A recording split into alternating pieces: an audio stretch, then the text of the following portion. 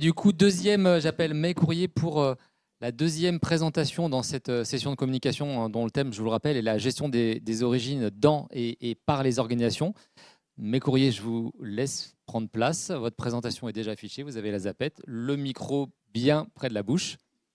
Voilà. Et c'est à vous, vous avez le chrono qui va s'afficher là, vous avez 15 minutes pour la présentation. Bonne présentation.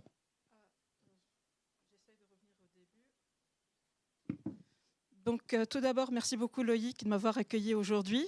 Je remercie aussi l'équipe de chercheurs qui ont organisé cette journée autour de la thématique « La diversité des origines ». Un sujet qui est d'actualité tant au niveau des politiques publiques qu'au niveau aussi du fonctionnement dans une organisation. Et surtout que ce sujet n'est pas un sujet qui s'est posé tout récemment, ce n'est pas un sujet qui est nouveau. Dans le passé, il s'est posé vers les années 2000 avec le rapport « Les oubliés de l'égalité des chances », un rapport qui a donné d'ailleurs naissance à la Charte de la diversité en France. Mais jusqu'à nos jours, le sujet de la diversité des origines reste un sujet tabou.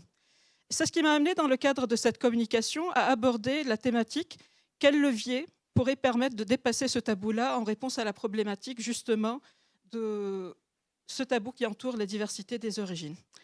J'ai choisi comme cadre théorique deux éléments principaux ou deux piliers principaux.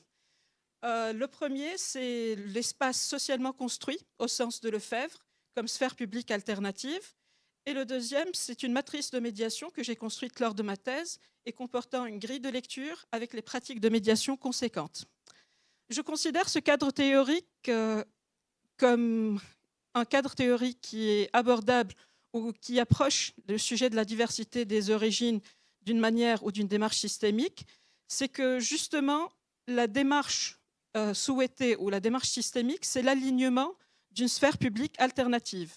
Et cet alignement, il est basé par la corrélation entre un espace perçu, conçu, vécu au sens de Lefebvre, avec la perception induite des parties prenantes par une matrice de médiation, d'où la systémicité de la partie prenante à la structure organisationnelle souhaitée.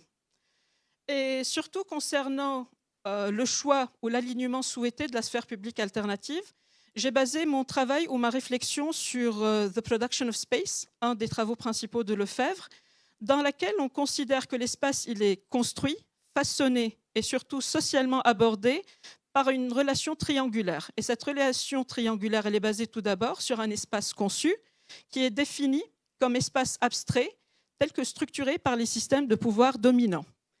Aligné aussi avec un espace perçu qui est défini comme des aménagements physiques qui façonnent comment les gens vont interagir avec leur environnement. Et bien sûr, l'environnement implique les autres parties prenantes, comme bien sûr le système construit. Et enfin, l'espace vécu. L'espace vécu qui est défini comme les associations symboliques que les gens vont développer avec un lieu. Et c'est justement là, suivant les constats de Lefebvre, où l'espace vécu et cette association de la part des parties prenantes, elle est différente de l'espace conçu et de l'espace perçu derrière. Et c'est ce qui a mené à sa réflexion autour de l'espace socialement construit, qui vient dans un objectif, bien sûr, de corrélation, d'où la relation triangulaire présentée au début. Mais cet espace socialement construit, il représente une complexité systémique. Et cette complexité systémique, elle est justement dans la logique, le degré de complexité dépendra de l'étendue du réseau à laquelle appartient cet espace socialement construit, la structure organisationnelle, le mode de gouvernance, l'intégration des parties prenantes dans la prise de décision, d'où on voit la complexité systémique derrière pour aligner ce cadre triangulaire. D'où une intermédiation est recommandée pour l'alignement souhaité et surtout que ce soit un alignement dynamique et non pas juste un alignement linéaire, l'approche top-down dont Stéphane l'avait mentionné durant sa présentation.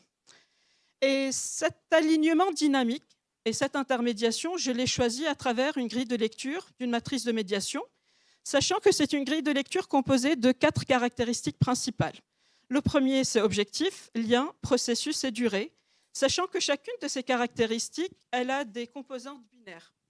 Des composantes, par exemple, pour objectif, c'est accord ou communication. Dans le cadre où l'accord, c'est prendre une décision, alors que la communication, on est plutôt dans une démarche de partage d'informations et de connaissances.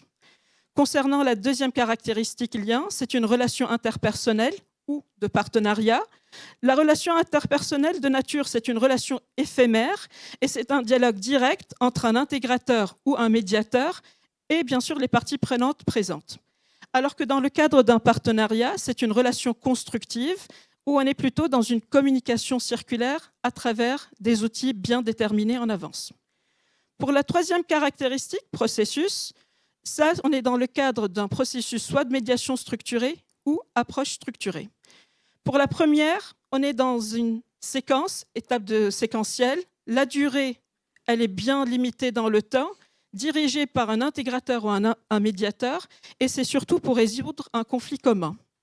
Alors que dans l'approche structurée, on est dans le cadre plutôt d'un mécanisme intermédiaire. Ce n'est plus une personne qui va gérer le processus. On est dans le cadre d'un mécanisme bien déterminé et bien configuré auprès d'un grand groupe de personnes dans l'objectif, cette fois-ci, non pas de résoudre un conflit commun, mais plutôt de transformer les parties prenantes à leur relation au monde qui est décidé ou plutôt qui est discuté. Et je termine pour la durée, la quatrième caractéristique, courte et précise ou longue et indéterminée, sachant que l'efficacité du processus sera bien sûr pour la première, que ça soit de courte durée bien sûr, alors que pour la deuxième, on est dans le cadre d'une maturation des idées et ce n'est plus le facteur de temps qui est pris en considération. Pour résumer, c'est ce qui va nous permettre à la fin de déduire deux typologies de pratiques de médiation. La première pour gérer des conflits, alors que la deuxième, c'est pour tisser des partenariats. Et pour définir l'une et l'autre, ça sera par la somme de l'ensemble des caractéristiques et leur degré de précision.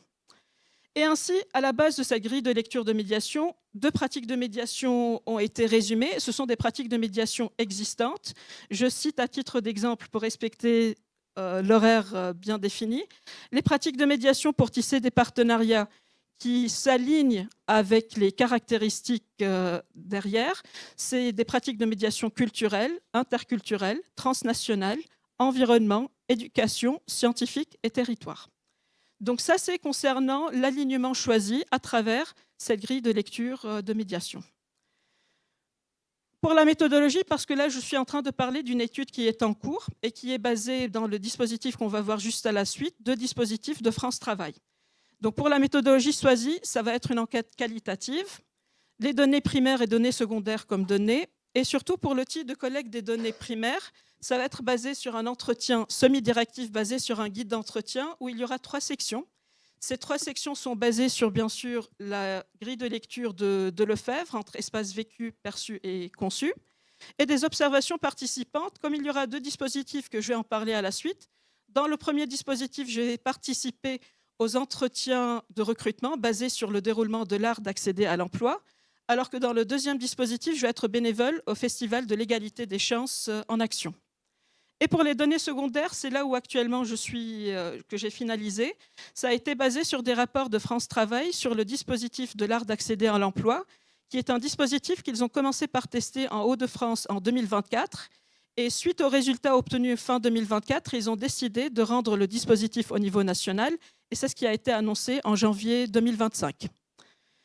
Pour poursuivre, donc, les cas empiriques derrière, donc, c'est là où je vais vous présenter brièvement le contexte de ces derniers. Pour le Festival de l'égalité des chances en action, il est coédité par 2 structures organisationnelles qui sont Diversity Days, qui est un organisme de formation de numérique, et France Travail. Les soutiens fondateurs ou les organisations qui, depuis le début, ils ont financé l'ensemble de cette démarche-là sont Google, PwC, APEC, AXA, et le regroupement Les entreprises s'engagent. Pour l'enjeu, l'objectif principal qui a été déclaré jusqu'à maintenant dans l'ensemble des entretiens que j'ai réalisés avec eux, c'est que l'inclusion, c'est une fête populaire, accessible à toutes et à tous, et c'est dans cet objectif-là qu'ils abordent l'égalité des chances et l'inclusion et la diversité souhaitée. C'est que c'est un grand regroupement dans lequel on va pouvoir, durant un festival national, qui aura lieu d'ailleurs le 17 et 18 mai au niveau national, qu'ils vont réaliser cet objectif-là, bien sûr, de diversité ou d'acceptation. Pour terminer, les 4 axes principaux de ce dispositif, d'ailleurs, qui vont être perçus pour ceux qui auront l'opportunité d'y aller, au niveau de 4 blocs. Emploi et formation par des job dating, l'entrepreneuriat, où il y aura des figures montantes, surtout de startups, qui vont venir partager leur parcours, des solutions innovantes, De même, il y aura basé sur des témoignages et surtout le bloc de l'inspiration autour des performances artistiques. Et c'est ça la boucle que je trouve une boucle communicatrice avec le deuxième dispositif qui est basé sur l'art d'accéder à l'emploi. Parce que justement, ce dispositif-là, c'est une collaboration entre France Travail et des structures culturelles, telles que des associations culturelles, le théâtre, dont l'enjeu, c'est de créer de nouvelles conditions de rencontre entre les demandeurs d'emploi et les entreprises. Et c'est pour cela, l'objectif ou l'axe derrière, c'est de remobiliser les demandeurs d'emploi dans leur approche du marché du travail, en travaillant bien sûr lors d'ateliers artistiques, leur confiance en soi et surtout leur expression. Parce que qui dit quand on est dans une mauvaise posture, l'expression et la défense de nos propres intérêts, elle devient bien sûr réduite. Et c'est justement le côté artistique qui est la boucle entre le premier dispositif et le deuxième. Les apports attendus, et je mentionne bien apports parce que comme je suis au début de cette étude-là, les apports dont je teste et bien sûr les résultats des entretiens qualitatifs, c'est la structure organisationnelle en termes de configuration d'un espace d'intermédiation par une démarche d'alignement d'un espace socialement construit. Ça, c'est au niveau théorique. Alors qu'au niveau d'implication managériale, c'est plutôt des outils transférables en tant que vecteur clé de l'innovation organisationnelle. Et à ce niveau-là, les deux dispositifs qu'on va discuter, ils sont à l'ordre de France Travail. Mais c'est là où je me demande, est-ce que les outils qui sont en train d'être développés, est-ce qu'elles ne peuvent pas être déclinés dans le cadre de l'organisation? Parce que le demandeur d'emploi, quand il va être recruté, très bien, passage de la première étape, mais qu'en est-il dans l'intégration au niveau de l'organisation? Est-ce que ça ne serait pas intéressant de décliner les testings qui a été fait dans l'un au niveau de l'autre? Et pour conclure, au niveau des auteurs que j'apprécie énormément bien, il y a Amin Maalouf, c'est un auteur franco-libanais qui a parlé explicitement de la question des origines dans deux de ses ouvrages. Le premier, c'est Les identités meurtrières, et le deuxième, c'est Ouvrage, où justement, au niveau des origines, il mentionne, c'est que l'origine, il la qualifie d'insaisissable, parce qu'il y a plusieurs croisements, et à chaque croisement, il y a une nouvelle origine qui débarque, d'où son insaisissabilité. Et c'est là où je trouvais que ça rejoigne la philosophie ou ce transfert ou cette transition souhaitée dans le cadre de cette journée d'études, où justement on ne souhaite plus parler de la diversité des origines, mais plutôt des diversités des origines. Et sur ce, je vous remercie pour votre attention. Merci beaucoup.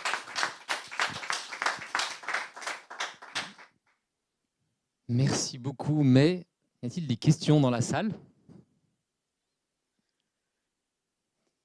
Peut-être le temps qu'une question émerge dans le public. Je ne vois pas personne bouger. Moi, j'aurais une question pour vous, mais merci beaucoup parce que vous l'avez dit, hein, c'est très prometteur comme étude et on a hâte d'avoir effectivement la suite. Par rapport effectivement aux entretiens que vous envisagez donc avec France Travail, moi j'avais une question. Est-ce que le public, ça va être le public demandeur d'emploi que vous allez privilégier pour ces entretiens ou également les accompagnants de ce public, c'est-à-dire les personnes qui travaillent chez France Travail et puis peut-être des bénévoles, hein, notamment dans le festival, je ne sais pas si c'est mon terme, que vous avez mentionné. Effectivement. Je vous remercie énormément, Loïc, pour cette question-là, parce que c'est une réflexion sur laquelle ça m'a pris 2 mois plus ou moins pour prendre la décision par rapport au choix de l'étude et à la problématique posée.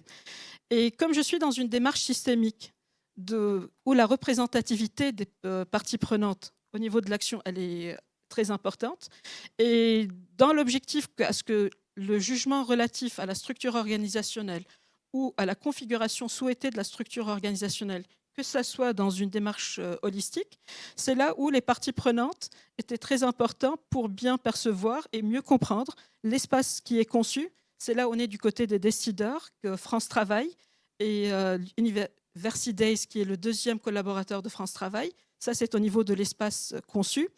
Au niveau de l'espace qui est perçu, c'est là où c'est l'équipe de travail, les psychologues de travail de France Travail qui sont omniprésents et qui ont participé dans les détails de la configuration et des processus qui seront indiqués à l'interne de France Travail, et en externe aussi, parce que justement le psychologue du travail, c'est le mieux placé pour pouvoir comment je pourrais aborder un demandeur d'emploi sans risque de le cloisonner, de le catégoriser, mais que ça soit plutôt à l'image du dispositif dans une démarche ouverte. Donc ça, c'est au niveau de l'espace conçu. Et pour l'espace vécu, c'est là où le demandeur d'emploi est en première ligne. Dans l'objectif, quel est votre vécu ou comment vous abordez l'association symbolique que vous abordez dans le cadre de cet espace-là. D'où les parties prenantes, ça serait représentatif de l'espace conçu, perçu et vécu, et donc ça va être l'ensemble des catégories derrière. Donc ça, c'est à ce niveau-là. Mais c'est justement une question qui a pris beaucoup de temps, et c'est pour ça que je vous remercie beaucoup de l'avoir remise en avant. Et pour le coup, alors merci, c'était passionnant. Et vraiment, on a hâte d'avoir des résultats. Je voulais savoir si tu allais finalement discriminer dans ta cohorte les réponses en fonction des profils psychologiques que tu pourrais en profiter pour étudier, pour savoir si, par exemple, quelqu'un qui est rebelle, au sens de la ProcessCom, a statistiquement les mêmes types de réponses, du coup, nécessiterait le même type d'approche ou d'adaptation que quelqu'un qui est rêveur, par exemple. Je vous remercie énormément, Stéphane, pour votre question qui rejoint et c'est pour cela, quand on était durant la pause café, on a abordé l'objectif ou l'apport des neurosciences dans cette thématique-là. Dans une démarche de chercheur objectif au niveau de sa recherche ou de son dispositif derrière, je vais justement ne pas être dans l'adaptation, je serai dans une collecte de données objective, même si j'aurai une démarche de participation observative, donc je serai impliqué indirectement à travers ma démarche de bénévolat pour observer le déroulement des événements et participer aux entretiens de recrutement d'une façon totalement neutre, juste pour l'observation. Donc, en premier lieu et comme première catégorie de réponse, je ne serai pas dans l'adaptation, je serai dans l'observation et dans la collecte des données.